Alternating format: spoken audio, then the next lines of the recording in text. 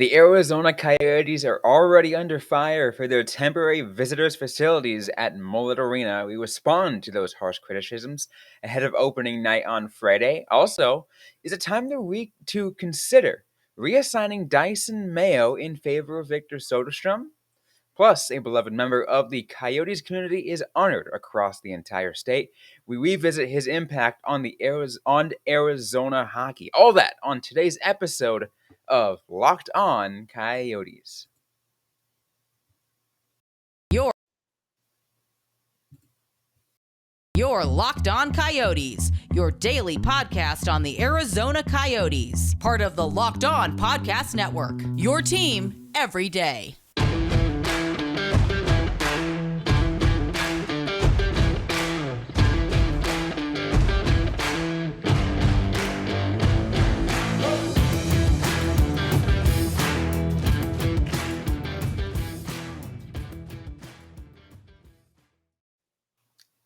Welcome to the show, everybody. I'm Robyn Leonio. That's Carl Pavlak right beside me. And on today's episode of Locked On Coyotes, I want to thank everyone for making this show your first listen every day. We are free and available on all platforms: Apple, Google, Spotify, YouTube, and Audacy as well. We got a great show for you guys on today's episode. We got a day off. The Coyotes do not play until tomorrow. Home opener at Mullett Arena tomorrow. And that's a good way to get things started, Carl, because the opener is tomorrow. We talked about a little bit about it on yesterday's show, but let's readdress once again, because there has been a little bit of a Twitter firestorm from some people on the response of how the Coyotes visitors facilities are currently set up. And I'll make sure to emphasize temporary visitors facilities. Yeah, this is just going to be for 4 games. It's the first 4 games. It's a very unfortunate situation. No one wants it to be a thing. It's a thing. And we kind of talked about it before. And I believe I also mentioned it on Monday. It's a thing, and it's temporary. It's not even temporary the way like their situation at the arena is temporary. It's just the first 4 teams, and then there's going to be a built facility, like brand new. Who can complain about that? Absolutely, that's the most important thing to really hammer to some of these people that they need to understand is the annex, what is it, $25 million or more annex that the Coyotes put in to Mullett Arena. It's still being built. It's not ready until December, but obviously you're not going to have the Coyotes play what is that, like let's say like a 20 game road trip to start the year just because the annex isn't ready. The ice is ready. It's ready for fans. And it's got a lot of NHL quality stuff already, so might as well use it for those at least 4 games before the annex is 100% ready. Yeah, and you say you're not going to make the Coyotes play a 20-game road trip. You are making the Coyotes play what? A 6-game road trip to start, and they're about to go on another really long one, right? Yeah. I mean, that does help break it up, right? I mean, like, that breakup makes a difference. 11, 12, 13, 14-game road trip after this homestand. So, yeah, you are making the Coyotes pay for this situation. They're not happy about their opponents not having adequate facilities either, because this is what's, happening to them. This is, the price that the Coyotes are paying for this situation. So it is definitely a thing where I get that other people think it's a joke. I get that other people think it's not, professional. And yeah, I agree. It's also, I would say, probably like 10th in line of the biggest embarrassments going on in hockey right now. There are a lot of other things to be worried about rather than a visitor's facility. But let's keep in mind the fact that this is the Arizona Coyotes we're talking about, and if you're a member of of hockey media in anywhere east of the Mississippi River and north of Chicago, then you're just gonna give a lot of, you're just gonna be the kind of person that just wants to crap on the Coyotes on any opportunity you can get. Yeah. Yeah. And the Coyotes are such an easy punching bag. And, you know, I think everyone kind of agrees that it's not ideal. And I think that that is kind of tempering the backlash to like much less than what I expected. Sure, maybe we'll see more. Maybe there'll be some quotes after the game that kind of spur something else. But for right now, it seems like, enough people are like, yeah, this is, not great. No one wants this. And it's just everyone kind of agreeing to that. And no one's taking the next step and saying, this is something that is extra bad. At least not as many people as I would have expected. Exactly. And let me ask you this question too, to kind of go back to what you were just saying about 2 minutes ago, is if you were a hockey player in the NHL,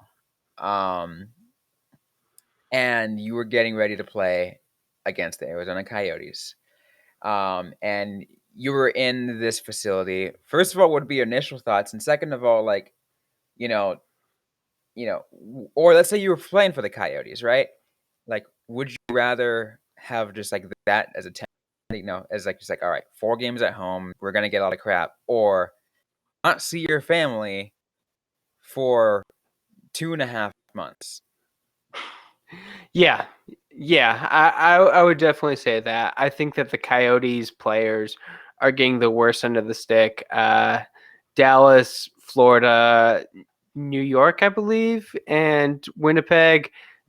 Sure. You're not getting a great situation, but yeah, the Coyotes players are much worse. They're on the road. Someone once brought up the fact that they're like the career of an NHL player can be so short that this is theoretically one person's like only trip to Arizona, only chance playing. Like theoretically, it could be their only NHL game of their career, and they have like a crappy dressing room. Like that's not cool. I agree. I don't think that that is an ideal situation. But I'm also just an adult who's worked in enough places that have been under construction that I'm just like, yeah, you make do. We've all kind of been there before, and yeah, that's my opinion of it. I mean, and to me, and I'll tell this right to you right, I still think it isn't like the worst, like, arena, stadium, whatever you want to refer to, like, faux pas, or just embarrassment that's been done, right? Yeah, I'm just gonna go ahead and call out, crossing sport lines here, and call out the Oakland A's. If you are a follower of baseball, you know where they play, at the Coliseum, and they've had plumbing mistakes, Carl. They have situations where where the A's players are taking a shower, and the shower is crap out, and in the middle of taking a shower, so they had to go across the entire facility to the Oakland Raiders facilities to be able to finish taking their showers. I mean, say what you want about the facilities in Mullett Arena. I am willing to bet money that no one is going to get mumps in them, like the massive amount of NHL stadiums a few years back. Like, it could always be worse. I think in the last episode, I brought up like Sochi and just kind of like people documenting how ramshackle things looked and how it was supposed to be one way and it wasn't. It looked much worse. Nothing looked ready. And I think kind of the difference between this situation and that is like we knew it was going to be this going into it. Like no one should be surprised by this. And I don't think many people are. And I've also seen people be like, yeah, it's not ideal, but it's a thing and you deal with it. And You deal it's with not it. the It worst thing is in the what it world. is. For these 4 games, like, just deal with it. Like, yeah, we'll see what it's like. But honestly, for the most part, fans are excited for it. They're excited to see it. So that's all I'm. That's all I'm. That's all I'm. All I'll say. Yep, absolutely. Anyways, though, we got more to get to on this episode of Coyotes. We're gonna have to discuss another thing, a question. We might say a question of whether or not we should decide a roster swap of Dyson Mayo for Victor Soderstrom. We're gonna get to that in just a moment, but first I'm gonna turn to Carl for a quick word. So I just want to say that betonline.net is your number one source for betting football and the start of basketball season. It's where you can find all the latest player developments, team matchups, news, podcasts, and in-depth analysis on every game. And as always, BetOnline remains your continued source for all your sports wagering information with live betting and up-to-the-minute scores for every sport out there. It's the fastest and easiest way to check in on all your favorite games and events, including MLB, MMA, boxing, golf, and the NHL. You can head over to the website today or use your mobile device to learn more. BetOnline, where the game starts.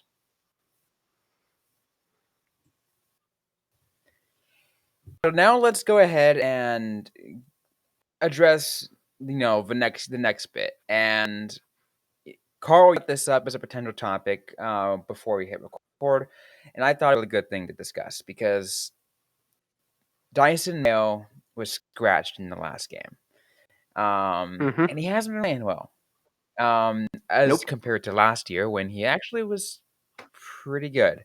So you Eh. got to ask, where are you now, right? Do you send him down? Do you bring up Victor Soderstrom because Victor Soderstrom has tends to look pretty good. Yeah, and odd thing, Victor Soderstrom always tends to look better in the NHL than he does in the AHL. Apparently, at least that's what I noticed this past season. I don't know. It's just one game, so I think it's definitely too soon to say that. Maybe since Mayo would need to clear waivers, you do risk losing him, but he has not been playing great. He had a very not good game against the Ottawa Senators. He's also not been the worst player. I would never fault him for that. And he's been getting some pretty significant minutes. Like just doing math in my head, looks like at least 17 minutes a game.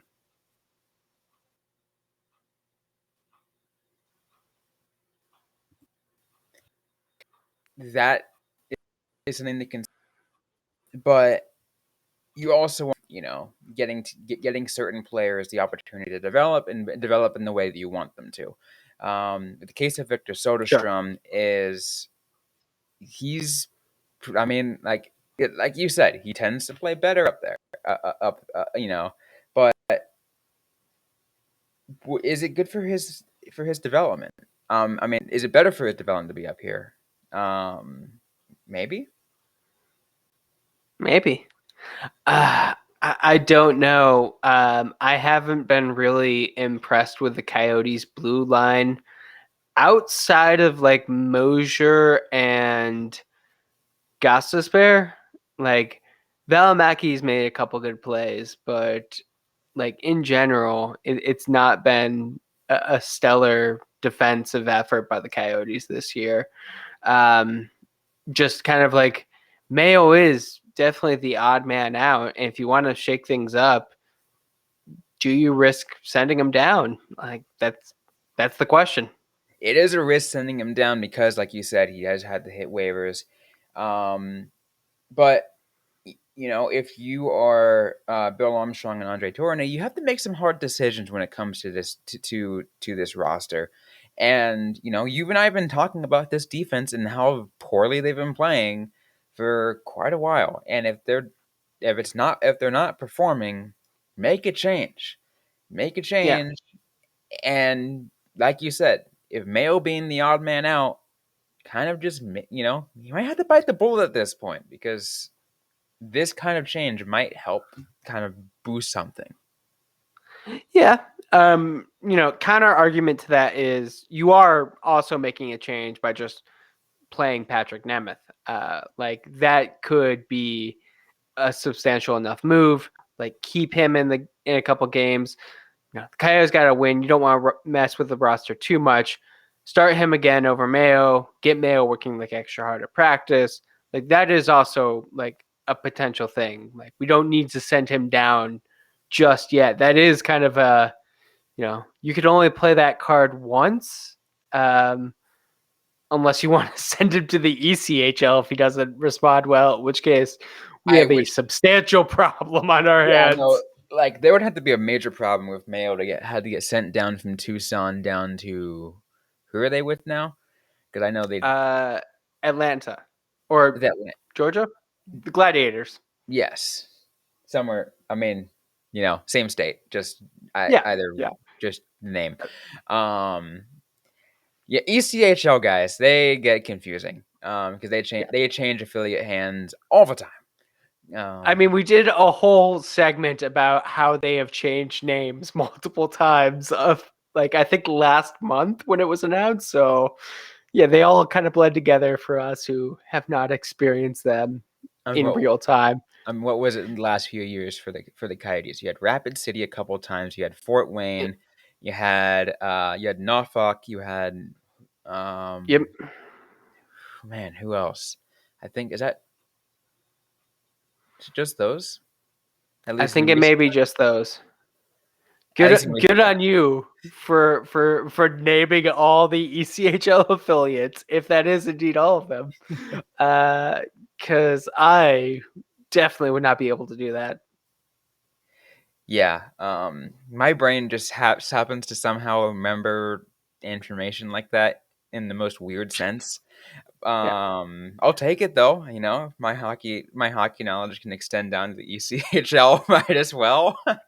Yeah. I mean, either way, Mayo's not going there to get us back on track. Exactly. We don't want to go too far off track. I just like joking around on that. But yes, Mayo's not going down there. And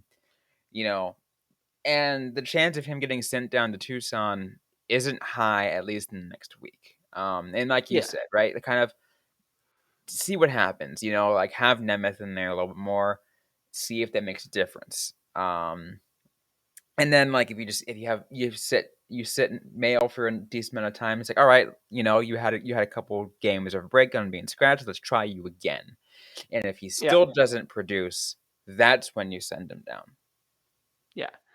Because also, Mayo just needs to be working his butt off every single day. Like the position he is in right now with the Coyotes, it is definitely precarious. Would I think be the best way to describe it. Like he is, he just got scratched for the first time, and that could either be the last time this season, or it could be the start of many kind of scratches for him, or potentially being sent down. Absolutely. Well, we still got more to get to though on this episode of Locked On Coyotes. Beloved member of the Coyotes community is getting honored on Arizona ice rinks, all around the valley. We're going to talk about that, and kind of revisit, this guy's legacy on Arizona hockey in just a moment. But first, I want to let you guys know and thank everyone once again for making Locked On Coyotes your first listen today. After listening to this episode, be sure to make your second listen Locked On Sports today. From the games that matter most to the biggest stories in sports, go beyond the scoreboard and behind the scenes with local experts and insights only Locked On can provide. Locked On Sports Today is available on this app, YouTube, and wherever you get your podcast. Let's now move on things to the final bit of this podcast episode. Something that was just released, midday yesterday, Carl. It's a little bit of a feel-good story. Obviously the Coyotes are a rebuilding team. That's really sad. Plus the Mullett Arena situation we started off with, just like, oh come on, we have to battle this again, but we can go to some feel-good, right? Because we talked about Matt Shott and the way that he kind of and talked to other people who also told us about Matt Shott's legacy on Arizona hockey and how much he made a difference. And the reason why I mentioned Matt Shott is because, first of all, I think there's going to be a banner raising ceremony for him at Ice Den Chandler. And that banner, there's going to be one of those banners all around every single ice rink here in the valley. So Ice Den Chandler, Ice Den Scottsdale, AZ Ice Peoria, AZ Ice Gilbert, AZ Ice Arcadia, like you name it, it's gonna be there. Because again, Yep. you know, we're gonna reiterate the impact that this guy has made on the local hockey community. I don't think words can really put enough into it. No, absolutely not. Like the fact that I think we both realize the impact that he had by talking to people, by having multiple people in multiple cities kind of talk about what he has done to help their program and what he has meant to them. It is truly something that, like, there's no way to properly describe it. There's no way to properly commemorate it. This is awesome. Like, I love seeing this. And it's still probably not enough to like fully appreciate what Matt has done for local hockey in Arizona. He was truly a massive figure. Exactly, because you take a look at, obviously he was a massive part of the Coyotes development program, on and doing like stuff junior Coyotes and stuff like that. But the ice rink that I play at, Carl, Coyotes Community Ice in Mesa, that's where the Kachinas play. Obviously, we talked to Lindsay Fry, and she made and she did a lot of things, with them, and talked about the impact that Matt Shott made there. And it's awesome when I'm there because I see a banner there that has the entire list of the um, Kachina roster from, I think, like 2 seasons ago, and it says Coach Matt Shott. Yeah. Um, his name is up there. Like, again, this guy's name is everywhere. Um, Yeah. Not only was he, junior Coyotes and just development programs and growlers and what are some of the other one, like little howlers and whatever, but like, yeah, he also did Kachinas too, helping that out with Lindsay Fry, and like he had his hand everywhere. Like, Yeah. wait, And if he had just been like a employee of the team who helped grow, like coach a youth hockey program, like that is like kudos to him for just that. But he grew the Kachinas, and it became a thing where, like, when I first started writing about the Coyotes, no one knew anything about the Kachinas. No one talked about like the Coyotes youth programs. I think there was always some smattering of it, but it was never being taken seriously. And it's one of those things. When I started writing on Five for Howling, Matt was briefly with the team. Like he was briefly writing about it, and then he went on to do things and actually like make an impact in a way that I did not. So it is always great for me when I encounter someone in my life who just goes on to do something phenomenal like that. Because it's like, man, that is insane to see where you started and where you ended up. the other cool thing is, I can say, even though I never met the guy Carl, like officially, like he actually technically, I guess you can say, technically had an impact on getting myself into playing, because the league that I joined was mainly done, helped with part, like in part of Matt Shott. Like he kind of, like, maybe wasn't directly, didn't help directly find that league, but you know, he was in communication to the people that did. Yeah, So he, he was a player to ask for advice. I think I think back. I remember the last time I saw him, and it was like uh, maybe close to a decade ago. And we were just walking through the arena, and he was doing something important, and I was just there watching the game. And so like I startled him, and the security guard who was walking next to him because he was doing something important looked very nervous until he just instantly recognized me. He's like, "Hey, can't talk now, doing important thing, please don't do that." And I smiled. He was always just a phenomenal guy. I really wish I had stayed in touch with him as he went on just a phenomenal journey to do so much for Arizona hockey, more than I think anyone will ever be able to appreciate. Like, just so much. Absolutely. And like we mentioned, he's going to be having a banner raising ceremony at Ice Den Chandler. And like I said, the banner is going to be shown everywhere in all the ice rinks here in the valley. But in Ice Den Chandler's when they actually have a ceremony on it to get the details on Didn't that. I think they already had it. Did they already have it? I swear I saw a banner raising, and I think Jones spoke. So There you go. it may have already happened. I may be misremembering something, but I'm fairly certain I saw it on Twitter a couple days ago or yesterday, maybe. Yeah, but if you want to check it out, I mean, just go to go to these rinks, right? Go to these local rinks, and check it out because I think that's the most important part, right? To see, to kind of, you know, see something like that because I think that was awesome. Yes, absolutely. And okay. Yep, I'm seeing from 10:24 this evening. We honored Matt Shott by hanging his jersey at the Ice Den Chandler. This match, the Shott 94 banner will hang in each rink around Arizona as tribute to Matt's dedication to growing the game in the state. Just wanted to make sure that we had that.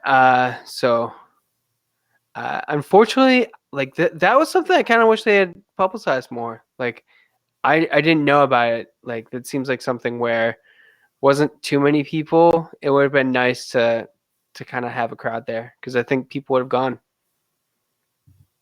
Yeah, absolutely, right. And it's awesome to see that it's but so yeah, the ceremony we missed, but yeah, it's gonna be there. You're gonna see the number 94 everywhere. And like it looks like if you see the picture, it was in the lavender color, as a in like the respect to like his having lived with cancer and everything like that, Mhm. and stuff like that, which is also really cool because something I totally almost forgot about is seeing that's that's the same number that Josh Stone wore, and that's the reason why Josh Stone wore number 94. Mm. I did not know that. That is definitely cool to hear. Right, Like like that is such a tribute. Wow. so Yeah.